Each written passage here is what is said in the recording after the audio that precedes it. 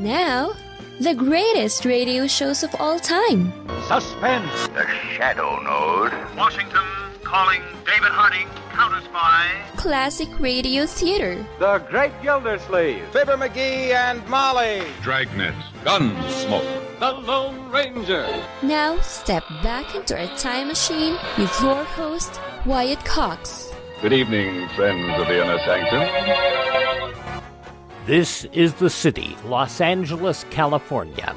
An episode of Dragnet as it was broadcast 70 years ago, March 1st, 1953, The Big Want. And we thank you for tuning in on this Wednesday, and of course you know what that means. This is the first day of March, the 60th day of the year, 305 days remaining.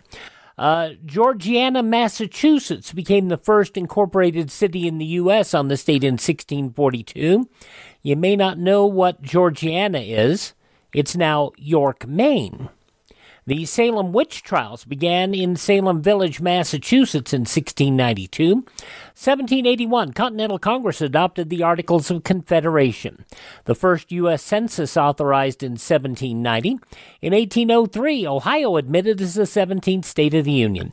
1805, Justice Samuel Chase acquitted at the end of his impeachment trial by the U.S. Senate.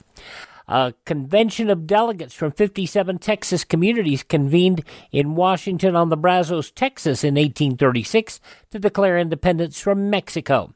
President John Tyler in 1845 signed a bill authorizing the U.S. to annex the Republic of Texas. Nebraska became the 37th state of the Union on this date in 1867. Lancaster, Nebraska became the state's capital, but it was renamed Lincoln.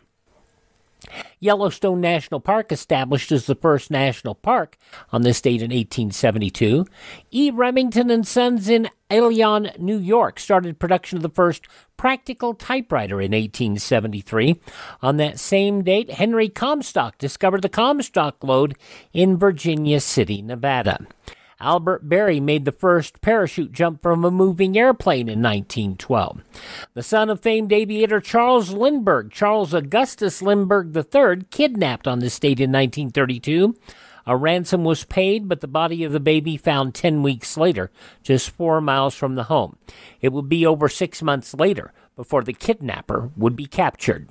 Every piece of evidence available leads up the same avenue, and that avenue leads right straight to Bruno Richard Hauptmann and Hauptmann alone.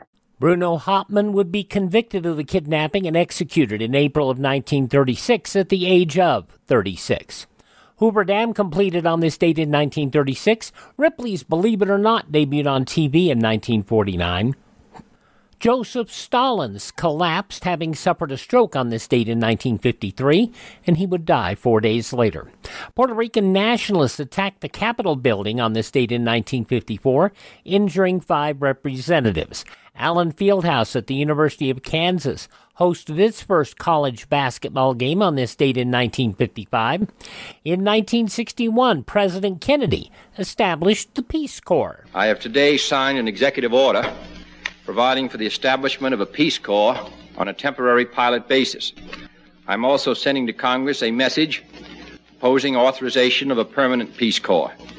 This Corps will be a pool of trained men and women sent overseas by the United States government or through private institutions and organizations to help foreign countries meet their urgent needs for skilled manpower. Since its inception, more than 235,000 Americans have joined the Peace Corps and served in 141 countries. A bomb exploded in a men's room at the U.S. Capitol on this date in 1971. The Weather Underground claimed responsibility. In 1974, 7 indicted for their role in the Watergate break-in and charged with conspiracy to obstruct justice. The Swatch introduced their first timepieces on this date in 1983. You know, those Swatch watches. The U.S. became a member of the Berne Copyright Convention Copyright Treaty on this date in 1893. Customs Service and the Secret Service moved to the Department of Homeland Security in 2003.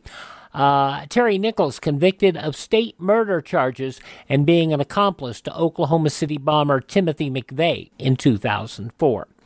In 2006, the first confirmed case of H5N1 bird flu in Switzerland, a dead swan on Lake Geneva, near the city of Geneva. Passing away on this date in history, actor Jackie Coogan, comedian actor Joe Besser, very, very funny man, politician and author, former Libertarian Party presidential candidate Harry Brown, also journalist publisher Andrew Breitbart, singer and producer Jewel Akins. Let me tell you about the birds and the bees and the flowers and the trees. Jewel Aiken passing away on this date. And from the TV show One Day at a Time, Bonnie Franklin. All those folks passing away on this date in history. Lots of birth dates to talk about today, including composer, pianist Frédéric Chopin, also band leader Glenn Miller, actor David Niven, Terence Cardinal Cook, the Catholic Archbishop, well known. Also Yitzhak Rabin, the Prime Minister of Israel, Nobel Peace Prize recipient. A story that a lot of people don't know about Robert Clary. He's most known for his role in Hogan's Heroes. But he was a Holocaust survivor. He passed away earlier this year, the last surviving member of the Hogan's Heroes television show. He was 96 years of age. From Wild Wild West, Robert Conrad, born on this date in history, and Alan Thicke, also born on this date. And Robert Clary, I've seen a number of his lectures and speeches where he shows his tattoo. He was actually in one of the prison camps. And he survived a long time to tell the story. Harry Belafonte, Deo, 96 years old today. The Who's Roger Daltrey is 79. The A-Team's Dirk Benedict is 78. From Diamonds Are Forever and Peyton Place, Lana Wood is 77. Daisy Duke in The Dukes of Hazzard, Catherine Bach, is 69 years old today. Opie Richie Cunningham and also director-producer Ron Howard, 69 years old as well. From Wings, Timothy Daly is 67. The WWE's Booker T, who now is full-time retired from in-ring action, at least that's what he says after his appearance in the recent Royal Rumble, 58 years old. Of course, wrestlers retiring is not something that you take as permanent. But Booker T, he's running a wrestling school also. Reality of Wrestling is what it's called. And he continues to commentate for WWE's NXT training division. Booker T, 58 today. From Saved by the Bell, you remember Zach, Mark Paul Gosselaar. He was also in NYPD Blue.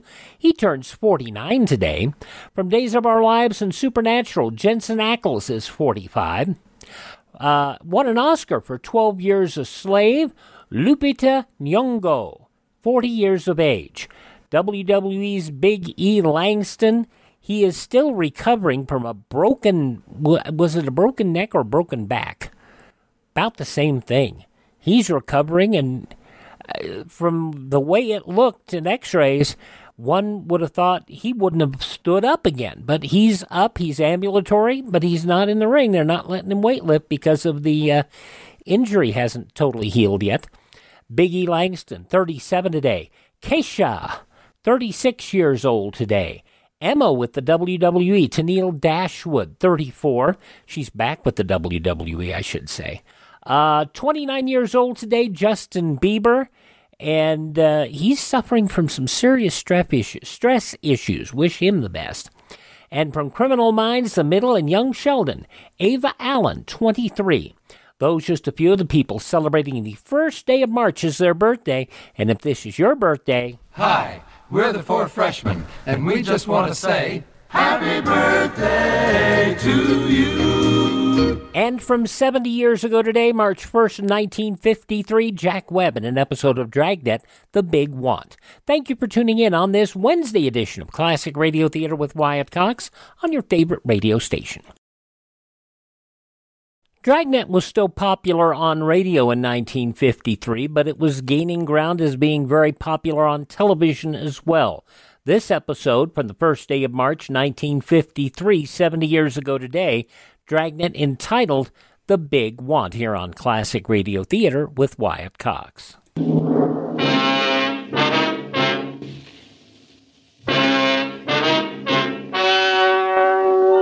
Ladies and gentlemen, the story you're about to hear is true. The names have been changed to protect the innocent.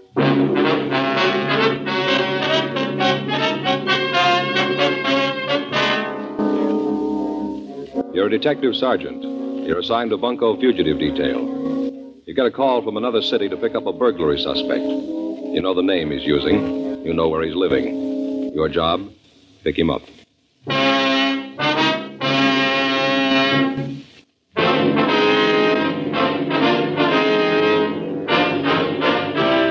Dragnet, the documented drama of an actual crime. For the next 30 minutes, in cooperation with the Los Angeles Police Department, you will travel step by step on the side of the law through an actual case transcribed from official police files. From beginning to end, from crime to punishment, Dragnet is the story of your police force in action.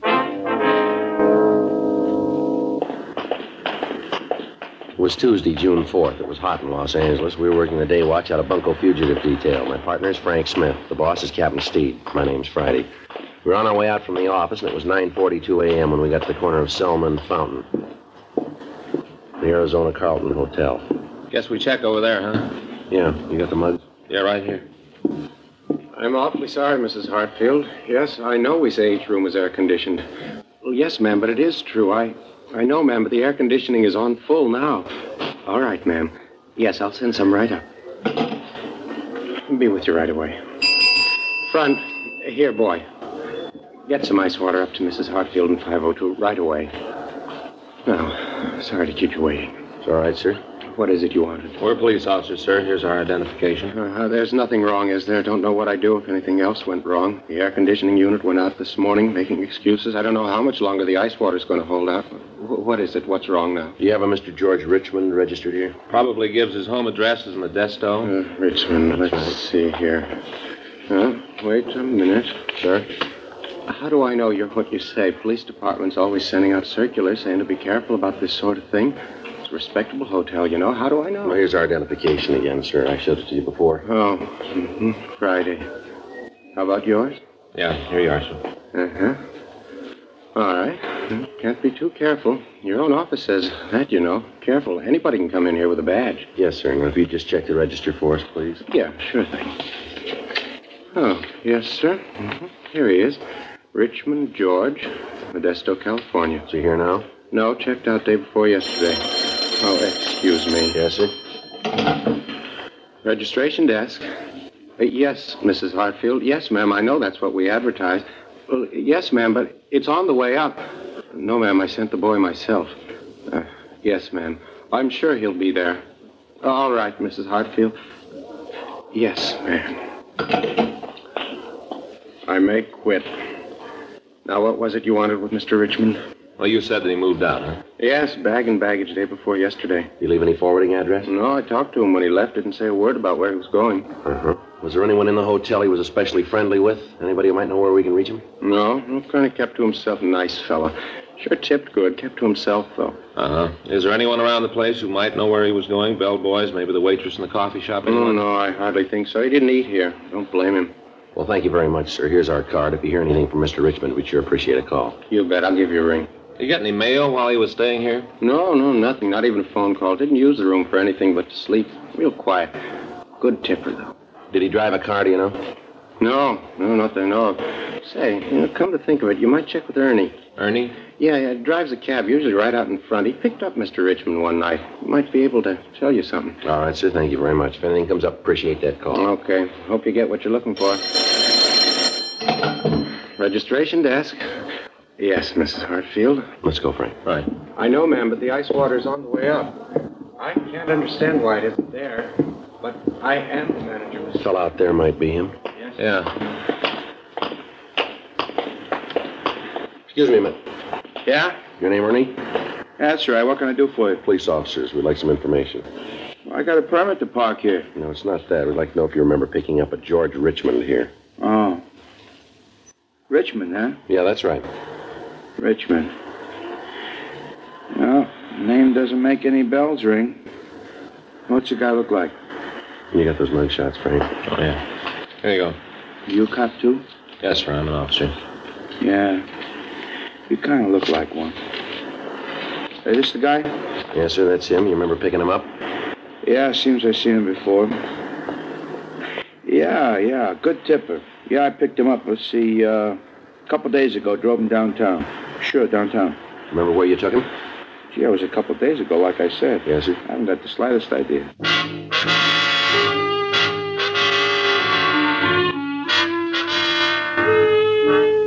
"10:07 a.m. We continued to talk to the cab driver. He was sure that he'd picked up George Richmond on Sunday night, but he was unable to tell us where he'd taken the suspect. We drove back downtown and checked with the cab company. On the driver's waybill, we found that he'd made 3 pickups that night from the hotel on Fountain Avenue. The first stop listed was a large cafeteria in downtown Los Angeles. We checked with the cashier. She was unable to identify the mugshots of Richmond. The second stop was a large apartment out on Wilshire Boulevard. We checked the manager of the place, and she told us that she didn't recognize the name. We showed her the mugshots of Richmond, and she said that she thought she'd seen the man 2 weeks before. When she asked him what he wanted, he said that he was looking for a Miss Norman. Because of the way he'd acted, the landlady hadn't told him that there was a tenant by that name living in the place.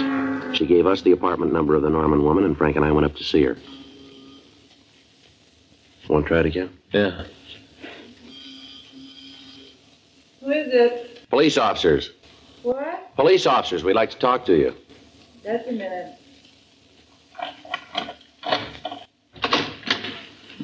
And what's this all about? Miss Margaret Norman? Yeah, that's right. What do you want with me? What if we could come in, please? Be a little better than talking out here in the hall. Yeah, I guess so. Come in. Thank you. My name's Friday. This is my partner, Frank Smith. Pleased to meet you, ma'am. Yeah. Hi. You alone here, Miss Norman? Yeah, I just got up. Have to excuse the way the place looks. Kind of messy. Yes, ma'am. Mind if I put on some coffee? I'm not going to be able to answer any questions before I have a cup of coffee. We go right ahead, ma'am. What did you want to see me about? You know a man named Richmond? Richmond? Yes, ma'am. George Richmond. Why'd you ask that? What's he done? We'd just like to know if you know him, do you? Yeah, I know him. What do you guys want him for? We'd like to talk to him, Miss Norman. Uh-huh. Don't want to tell me what it's about, huh? Well, it'll be better if we talk to him. Yeah. Either one of you got a cigarette? Yes, ma'am. Here you go. Match? Thanks. You know, there's no love lost between me and George. Is that right? You bet there isn't, lousy bum. Regular drugstore cowboy. Takes a girl out for dinner one lousy night and a cheap dinner. Figures he owns her. You know where he is now? No, I haven't got the slightest idea. If I did know, I'd sure tell you. Bet I would. I'd like to see him get his way he treated me. You know any of his friends? Anyone who might know where he is? I don't think he's got a friend. At least I never met any of them. Does he drive a car, do you know? No, not him. Always took a cab. Used to kill me. Anywhere we went, he'd take a cab. One lousy block and he took a cab. Liked to be a sport. Always tipping big. Regular drugstore cowboy. Mm-hmm. When did you see him last? Oh, must have been a couple of weeks ago. That much anyway. Last time I saw him. Don't care if I never see him again where he acted. I thought he was going to kill me. Ma'am? Went out to dinner and when we got back here, he'd been drinking a lot. Got real nasty. I told him he better be going. You know, it was late and all. Yes, ma'am. Well, like I said, it was late and he got real nasty. Started yelling at me. Called me all sorts of things. Now, I'm not going to let any man say things like that to me, so I told him to get out. I never want to see him again. One lousy dinner and he thought he owned me. Mm-hmm. Will you go ahead, Miss Norman? He hauled off and hit me. Right there in the hall. Hit me as hard as he could. Almost broke my jaw. Well, you know, I let out a scream and he beat it. Caused such a commotion I had to move. Then this didn't happen here, isn't it? No, a place over in Vermont. I moved the next day. Mm-hmm. Where'd you meet Richmond? At the club. Say, you got another cigarette? Yeah. Here you are. Match? Thanks. What club's that, ma'am? Where I work. Green Lantern downtown. I'm the cigarette girl. I met him there. He came in one night. Acted real big. Asked me if I'd have dinner with him. As it happened, I didn't have an engagement that night, so I said yes. Well, we kind of went together for a while. I see. Sure hope you get him. A real bad guy. The way he treats women. Terrible. He said, wait a minute. Yes, ma'am. I know someone who might be able to tell you where he is. Who's that, ma'am? A fellow named Hank. Used to hang around the club. I saw George talk to him at the bar once in a while. Well, do you know where we can find this fella, Hank? No, but I can tell you where his girlfriend lives. That help? Yes, ma'am, it will. Place over on 3rd out near Fairfax. Do you know his full name, ma'am? Gee, I gotta think about that. Let's see. Jeanette, that's the girl. Jeanette introduced him as Palmer. That's it, Hank Palmer. I don't know about him, though. What's that, Miss Norman? He's a real mean one. Kind of quiet, not like George. George likes to shoot his mouth off, but Hank is quiet. He's trouble, though. Ma'am? Well, one night we went up to Jeanette's for a couple of drinks. Hank took off his coat. That's why I say he's rough. Yeah? Sure. Carries a gun.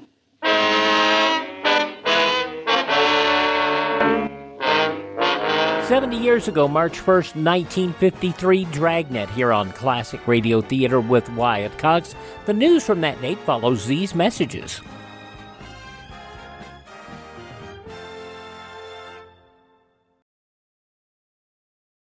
Just when you thought it couldn't get any better, Mike Lindell and MyPillow launching the MyPillow 2.0. Now, when Mike invented MyPillow, it had everything you could want in a pillow. Now, nearly 20 years later, he's discovered a new technology that makes MyPillow even better. Of course, the patented adjustable fill of the original MyPillow, but now with brand new fabric with a temperature-regulating thread, it's the softest, smoothest, and coolest pillow you'll ever own. Say goodbye to tossing and turning and flipping your pillow over in the middle of the night. And more great news on the MyPillow 2.0 buy one, get one free offer with my promo code Wyatt. MyPillow 2.0 is 100% made in the USA, 10-year warranty, 60-day money-back guarantee. Go to MyPillow.com, click on the radio podcast square to receive the MyPillow 2.0 buy one, get one free offer. Use my promo code Wyatt or call 1-800-928-4715.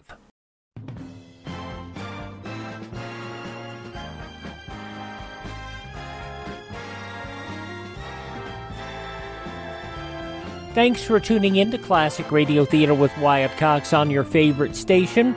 We're listening to an episode of Dragnet as it was originally broadcast on Sunday, March 1st, 1953. In the newspapers of that Sunday 70 years ago, these were some of the headlines. Generalissimo Chiang Kai-shek called on Formosa and the rest of Free China to mobilize all of its manpower and resources and speed united efforts for recovery of the Chinese Communist mainland in the near future. In his first message since President Eisenhower lifted the ban on operations by nationalist military forces against the Reds, Chiang said the moment of our counterattack is drawing nearer and nearer. Hundreds of millions of our compatriots are suffering from oppression at the hand of Russian puppets and are eagerly looking to us to deliver them at an early date. 2 men rejected for posts with the Voice of America for security reasons held high positions under the U.S. High Command in Germany. That, according to a witness today, Senator Joseph McCarthy's Senate subcommittee investigating possible subversion and waste in Voice of America operations heard the testimony on a nationally televised hearing. The witness, James F. Thompson, facilities manager for The Voice, said the men were Ed Schechter, now in chief of the U.S. radio branch in Bonn, and Theodore Kagel, who was chief of the press section in Germany. Thompson said his own office had to work with the men and that his department suffered inordinate delays in developing a radio plant in Munich during the past 4 years.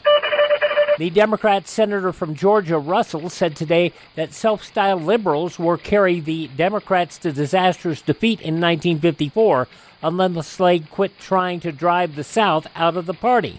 Russell, who sought in vain to win the Democrat presidential nomination last year, called for unity on a give-and-take basis within the party.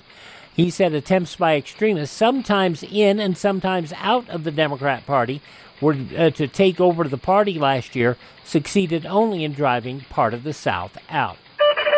President Eisenhower will get a first-hand report on the Korean War at a Washington conference Tuesday with General James A. Van Fleet, just returned to the U.S. from command of the 8th Army in Korea.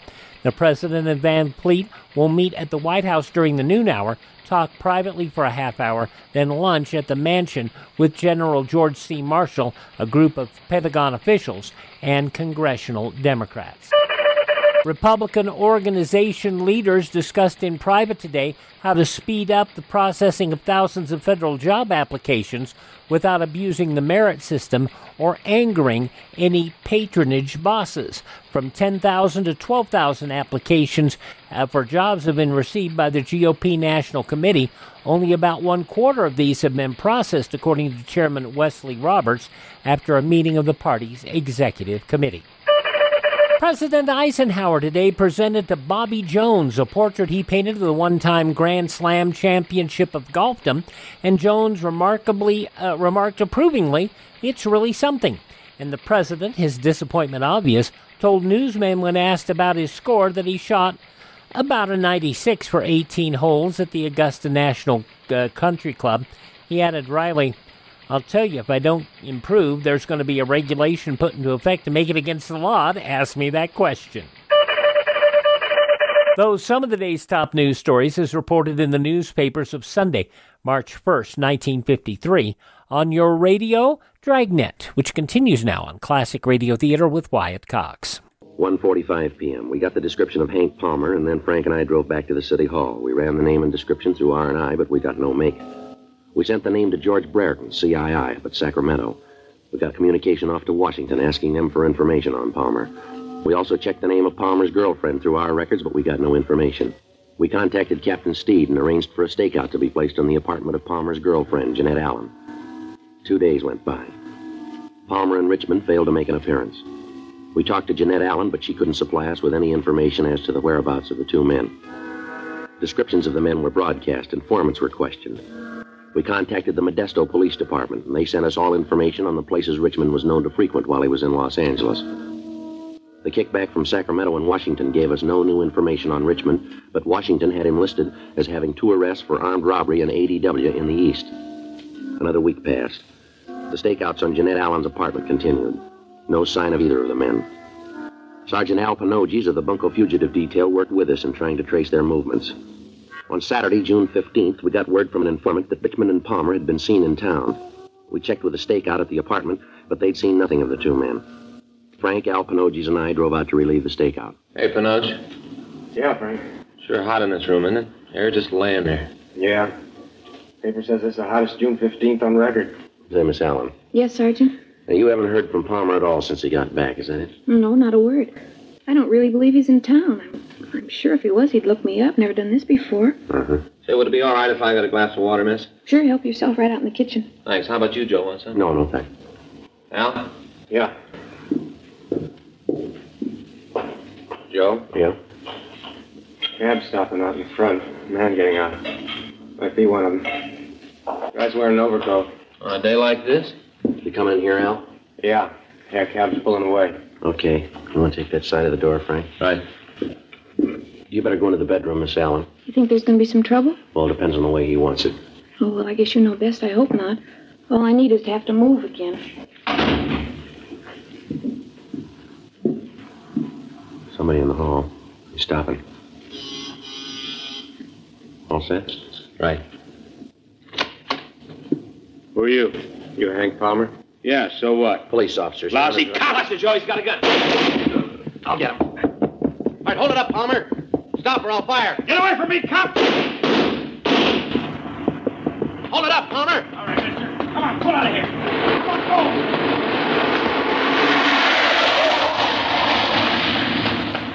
Get in the call, Frank. Gray Mercury. License number's 1S69105. Right. Better call an ambulance, too. What? Panoges. He's hurt bad.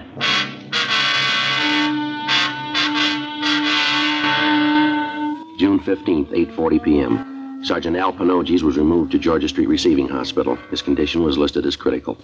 The bullet had entered his chest and was still embedded below the left lung. His family was notified, and after Frank and I got out the APB on Palmer, we drove by to pick up Mrs. Panoges.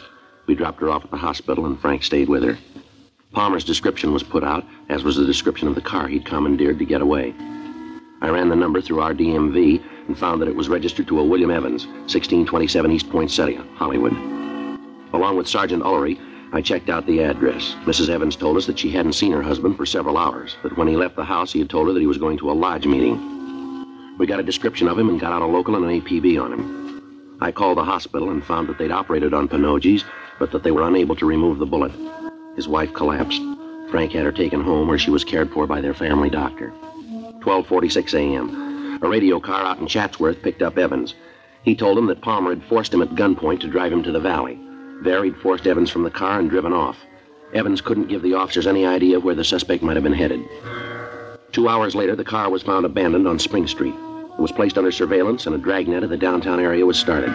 Metro Division assigned 20 teams of men to make a block-by-block search of the vicinity. The details at the bus stations and at the airports were alerted. 4:12 a.m. I got a call from Frank, and I drove over to Georgia Street Receiving Hospital. Hi. How's it going? Not good. Just saw the doctor. Well, how's Al? He just died.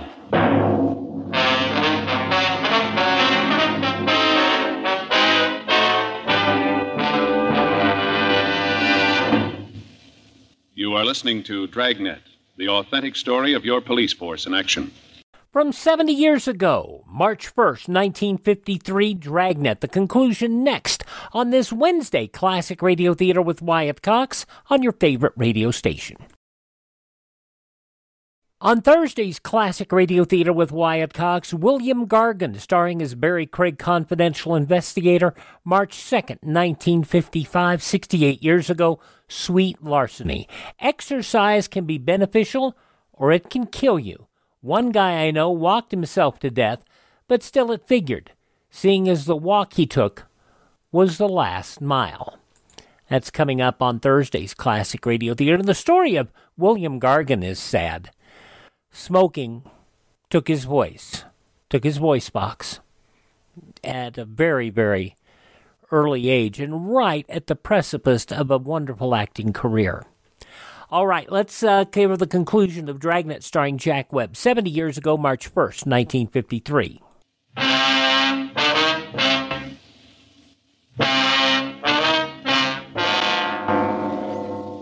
When an officer is first accepted by the police force, he spends 13 weeks at the police academy. In that period, he learns the basic fundamentals of being a peace officer. On graduation from the academy, he is assigned either to traffic or to a tour of duty in one of the city jails. Then, depending on his aptitude and the way he conducts himself in the field, he's checked on for possible transfer to one of the detective divisions as an investigator. By the time a police officer gets his assignment to the detective bureau, he's become a professional troubleshooter. He knows how to handle himself, and he knows how to treat the lawbreaker. He's on call 24 hours a day, 7 days a week, and he wears a gun. When a hoodlum shoots a police officer, he's showing society that he has no regard for the law, and at the same time, he is announcing that he will not hesitate to kill an unarmed citizen. Sergeant Alfred Pinocchis had been a policeman 14 years. He'd begun in traffic, and then had been transferred to the juvenile division. From there, he went to homicide detail, and then to bunco fugitive division. He was a professional peace officer, and he'd been murdered. He gave his life to protect the people who paid his salary, the taxpayers. His killer was still at large, and we had to find him. The search of the downtown area was intensified, but it netted us nothing. Frank and I checked the immediate area around the abandoned car.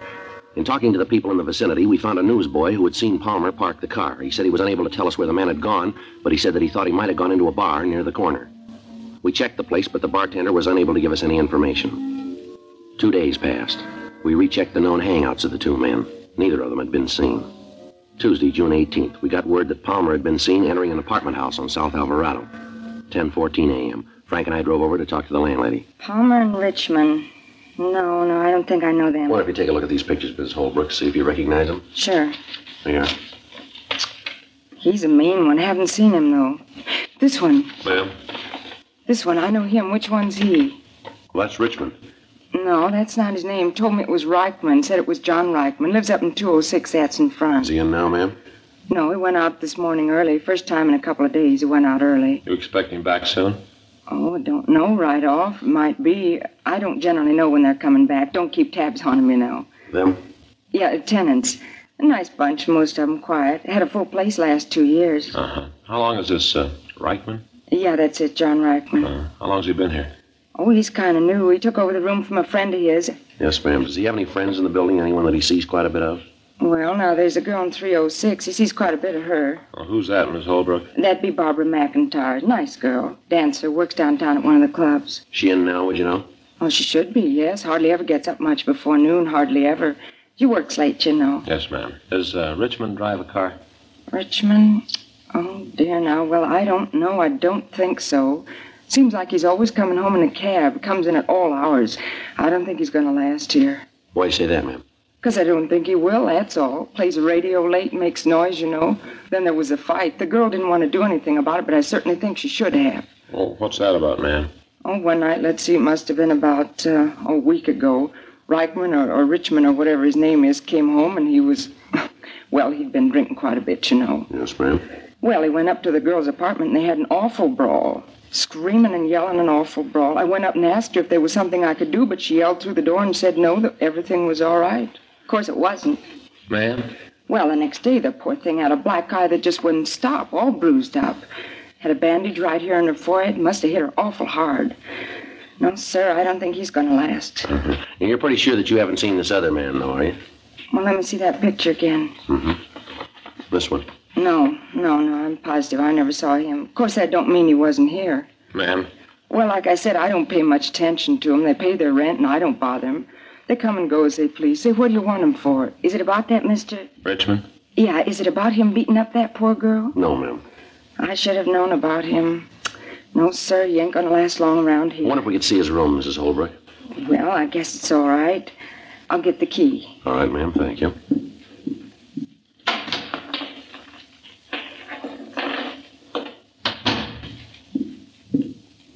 Here you are. It's right up the stairs and then to the front of the hall. It's on the right at the far end of the hall. Well, we'd rather you'd come up with us, ma'am. Oh, well, all right. Glad to help. The way he must have beat that girl, a fiend, that's what he is. Sure isn't going to last long around here. No, ma'am, he sure isn't.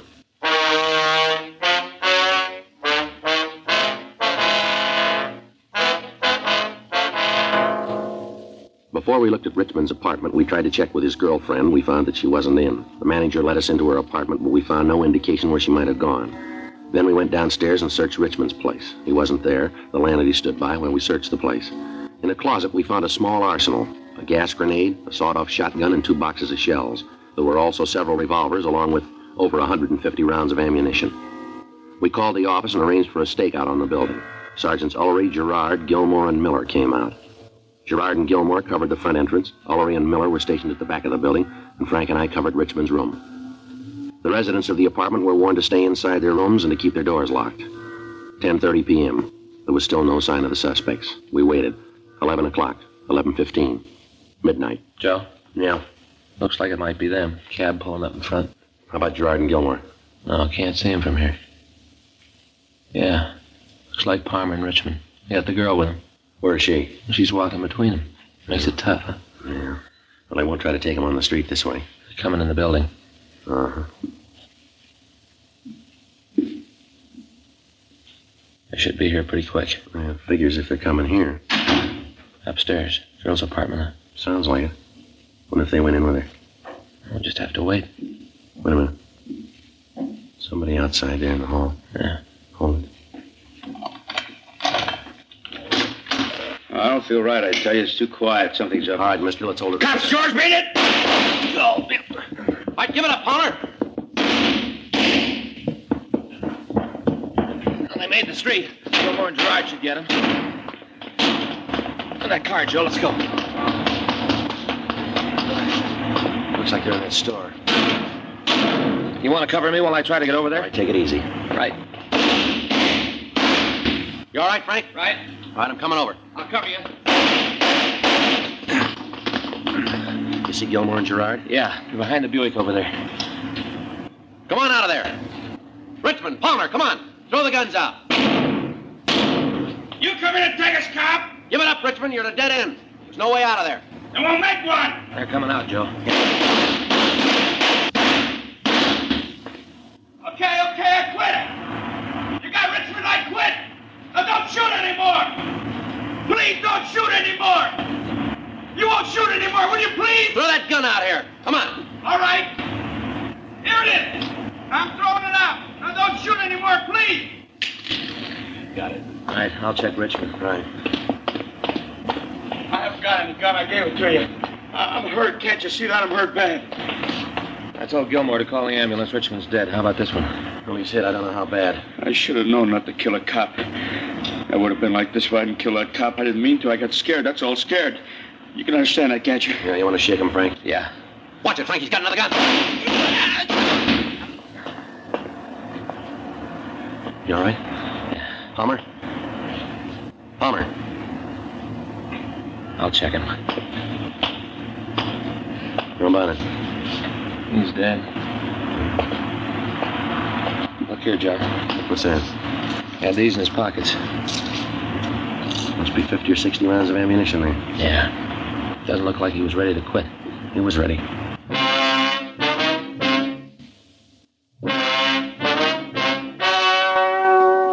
The story you have just heard was true. The names were changed to protect the innocent. On July 26th, an inquest was held in the coroner's office in and for the county of Los Angeles. At the coroner's inquest, it was found that the deaths of George Thomas Richmond and Henry Donald Palmer were justifiable homicide. It was found that they were armed and were killed while resisting arrest.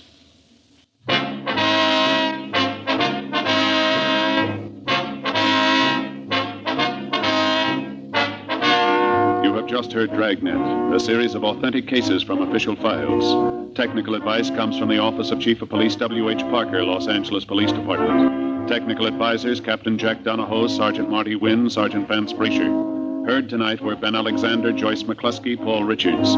Script by John Robinson. Music by Walter Schumann. Hal Gibney speaking. Ladies and gentlemen, wherever and whenever people need help, the Red Cross answers the call.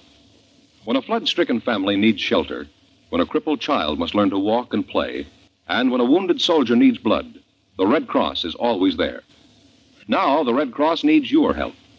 To keep up their many services this year, $93 million is needed. So, when the Red Cross volunteer calls on you, please answer the call and give generously. March 1st, 1953, Dragnet here on Classic Radio Theater with Wyatt Cox.